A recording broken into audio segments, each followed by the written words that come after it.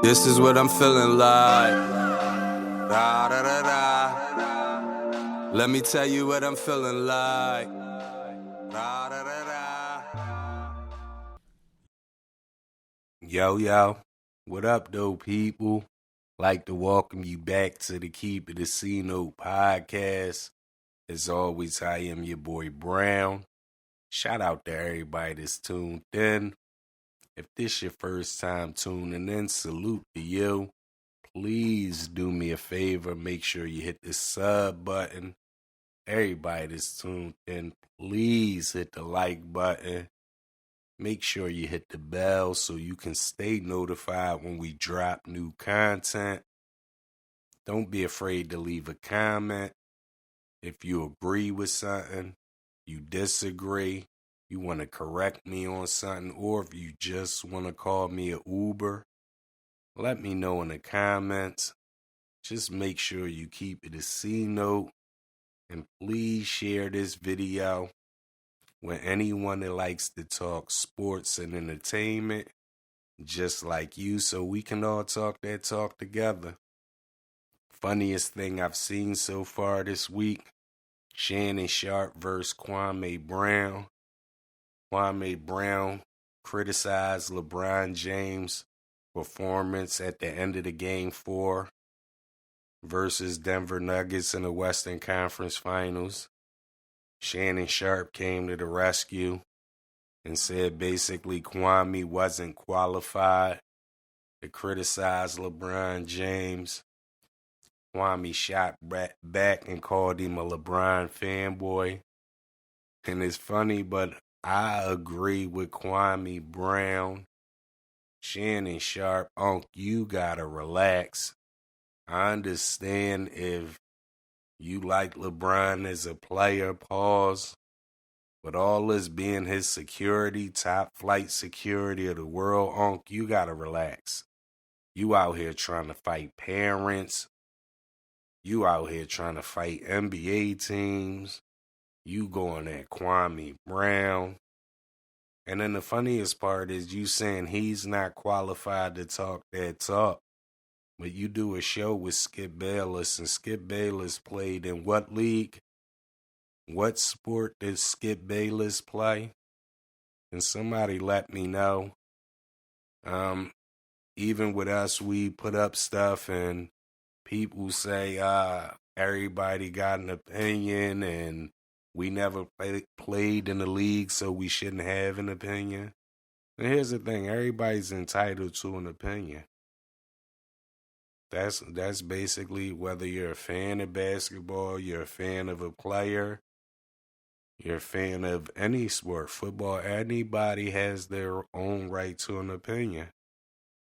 You can't be mad when somebody goes against what you saying. You know, shout out to the Miami Heat. Got the job done in Boston in Game 7. They're headed to the NBA Finals.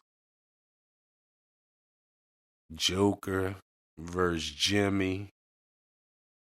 We're in for a treat. Shout out Jimmy Butler. He was named MVP. Keep it a C-Note. Did they get it right with naming Jimmy Butler MVP? Because I'm hearing a lot of talk that he shouldn't have won MVP. How y'all feeling about it? I'm on the record. I'm with the talk. Jimmy Butler is the heart and soul of that team. And, he's the superstar on that team. But I don't know if they make it to the NBA Finals without Caleb Martin. And I know he's not a name like that, but he was the best player in that series. I'm just keeping it a C-Note. I know Jimmy averaged more, but I'm saying without Caleb Martin, you want him to come off the bench, be a spark. He did that. You want him to start and get busy. He did that. Game 7, he showed up. He had like 26 points, 16 shots. Just imagine, Jimmy, I think, got up 28 shots. Caleb could have went for 40 if he would have got 28 up. So I don't know. again, I know Jimmy is the superstar. He's the name on the team, and he's the heart of that team. I don't know if he should have won that MVP. Again, what's your thoughts on it, people? Jimmy Butler, Eastern Conference MVP. Did the NBA get it right? Yes, no, keep it a C note. How about Erik Spoelstra? One time for Coach Spo. He's been criticized his whole life. A lot of people say he only got them rings because he had LeBron, Wade, Bosh. This is second trip to the NBA Finals without them guys. Has Coach Spoelstra done enough to prove that he's a top coach in the league? Yes, no, keep it a C note. Let's go one step further. Where does Coach Erik Spoelstra rank right now amongst active coaches in the NBA? Keep it a C note, let me know. I think he's definitely done enough. I always did think he was a good coach. I mean, it helped that he had the players, but after those guys left, you can see that he was a good coach from the gun bus. But I do got him at 3. I got Popovich at 2, and I got Curry as the best coach in the league. But again, if you've criticized Erik Spoelstra, if you haven't given him credit, you say he won them rings because he had the big 3. Pause. Does he get more credit now? Is Erik Spoelstra a top coach? Where do you rank him amongst coaches currently in the NBA? Keep it a C note, let me know. As for Boston, came up short, pause, trying to pull off history. And it was just harsh from the beginning because Jayson Tatum tweaked his ankle. First play of the game, and he was hobbled the whole game. He finished with 14 points. Yikes. Now, Jaylen Brown, all NBA this year for the first time. He had a chance to show that he was next level, top tier guy, superstar guy, and he didn't get the job done. 19 points, 8 turnovers. Yikes. Yikes. I mean, I've said it time and time again. Jaylen Brown, they got to decide what they're going to do with him. He's up for, I think, a Supermax. And I'm going to keep it a C note. I like his game. You know, he get busy. But I'm not giving you over 200 mil when you can't dribble. You can't dribble left to save your life.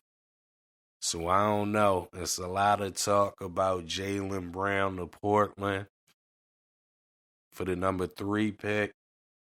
If you're Boston, do you pull that off?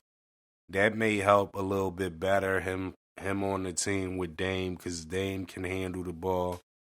But Jayson Tatum, like I said, 14 points. He was hobbled by the ankle injury.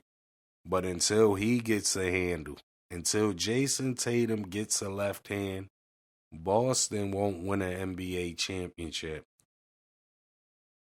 The way these guys struggle against a zone defense and we're in the NBA, it's like yikes. And Marcus Smart, he was a defensive player of the year. He recently got paid. It don't work with Marcus Smart. It's time for the Celtics to get rid of him. Horford, he did what he could them years, but it's time to get rid of Horford too. Boston is headed for a tough time because if you supermax Jaylen this year, you're going to have to supermax Jayson next year. And that's over close to $600 million for 2 players. And neither one of them can go left to save their lives. So I don't know. This might have been the last hurrah. I mean, I would say keep them because it ain't a lot of good duos in the NBA. Like, you got a duo that you know is going to get you to a certain extent just on the strength. But I'm not super maxing Jaylen. I'm keeping it a C note. And Missoula, I don't know if he's the answer at coach. He did a good job, but it seemed like he had them guys out there freelancing. It looked like they was idle wrecking out there. They wasn't running no plays or nothing. And some of that has to fall on the coach. Speaking of coaches, the Sixers have hired Nick Nurse to be the new coach. How y'all feeling about Nick Nurse? Sixers fans, how you feeling about Nick Nurse? They're saying that Maxey is going to benefit the most because he's great at developing players. They say that he's going to be able to hold Joel Embiid accountable. How y'all feeling about Nick Nurse? Pause. I mean, it's a great chance that he does help Maxey develop even more. But all that holding Embiid accountable, I'm not trying to hear none of that. Embiid is who he is. The coach ain't going to change that. Embiid to change scenery or have the Sixers change coaches before he changes what he does. I mean, what you going to hold him accountable for? He knows he disappears. I'm just keeping it a C note. I mean, that was a good hire. I still rather seen someone like Sam Cassell or somebody get it. But, you know, good hire for them. Nick Nurse is definitely, he won a chip. But now he ain't won a chip or nothing since Kawhi. I'm just saying. There's been a lot of talk. Dwight Howard, Nikola Jokic. They asked Dwight Howard, prime Dwight Howard versus prime Nikola Jokic. Who you got? Dwight said he had him. And listen, if they're playing one-on-one, like not even one-on-one, if their teams is playing each other, I think Dwight does get out on him, abuse him. He's more athletic and all that. And I think he holds him down pretty well on defense. But if we're talking about prime Dwight, prime Nikola Jokic, who's the better player, I'm going Nikola Jokic. I mean, Dwight Howard, he was a highlight reel. Definitely a better rebounder and a better defender. But better passer is definitely Jokic. More skill was Jokic. Better shooter, Jokic. Dwight Howard, no post moves. He'll bully you. But in all the fadeaways and all that, he don't got that. No pick and pop action with him. That's kind of probably why he's not in the league right now, because he can't play in today's NBA. Not that he can't do it as far as stamina or anything, but his game just ain't an NBA game no more. So I definitely say if we're talking about them playing against each other, yes, Dwight Howard gets out on him and holds him down, locks him in. But if we're talking about better player, I'm going Nikola Jokic. He's better. And a lot of people say I don't like Dwight Howard, but I see through the movie. When we talk 90s and we talk Jordan, everybody says, name two guards that Jordan played against. So who was the great centers that Dwight Howard played against in his era? Because I can't think of too many. I know Yao was there. Pau Gasol maybe. But how many great centers was it? So he came in 04. That's when Shaq started tailing off a little bit. Pause. I just think Dwight Howard through them years, I don't think it was too many great centers in the league. So I think it's overhyped. But maybe y'all can tell me. Name me some great centers or some above average centers that Dwight Howard was playing against in his prime. Please, somebody help me. The Cardinals cut DeAndre Hopkins. It's a lot of talk about him going here, there, everywhere. Give me one perfect fit. Eagles fans, please don't burn me out. Where should DeAndre Hopkins sign? I'm saying if he want to win, maybe Detroit. They got a lot of talent. He might want to go over there and run with Lamar. Lamar just got the bag. They might can win over there. But if he's willing to take a pay cut and he want to win, he'll come to L.A. and play with Cooper Kupp, Matthew Stafford, Aaron Donald, Sean McVay, pause. But again, people, DeAndre Hopkins, where should he play? Before we wrap this episode up, I've been seeing a lot of these lists coming out, the top 5, top 10 wide receivers coming into the season. I find a lot of them funny, but I want to get everybody's opinion. Coming into the season, who's the top 5 wide receivers right now? I don't care if you base them off last year or career-wise. Who do you got top 5? Disclaimer, I do not have Cooper Kupp number 1 because he's coming off an injury. I'm basing mine off of last year. At 5, I got Devontae Adams. He got busy last year, but his numbers definitely dropped from when he played with Aaron Rodgers. At 4, I got Jamar Chase. He missed some games, still was a stack pack. He gets busy. At 3, I ain't going to leave him off the list. I don't have him number 1, but Cooper Kupp number 3, best route runner in the game, best blocking wide receiver in the game. Low-key, he's still the best wide receiver in the game, but I got him at 3, people. At 2, Tyreek Hill. He did the opposite of Devontae Adams. People said, without Mahomes, his numbers is going to fall off. And he got busy. I got Tyreek Hill number 2. Number 1, Justin Jefferson. Playing in the new Cooper Kupp type offense. He almost reached Cooper Kupp numbers. He didn't get there, but I got JJ number 1 coming into the season. Keep it to see who's your top 5 wide receivers. Let me know. I'm about to wrap this episode up.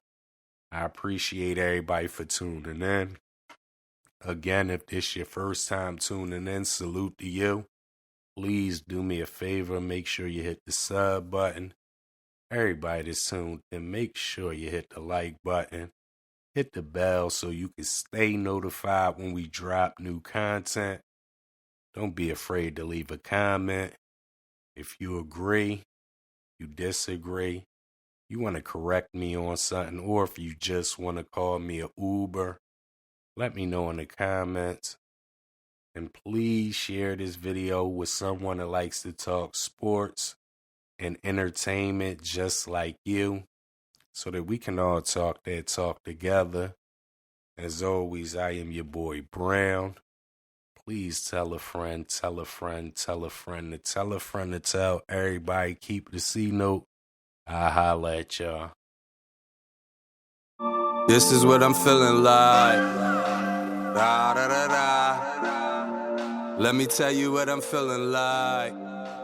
Da, da, da, da.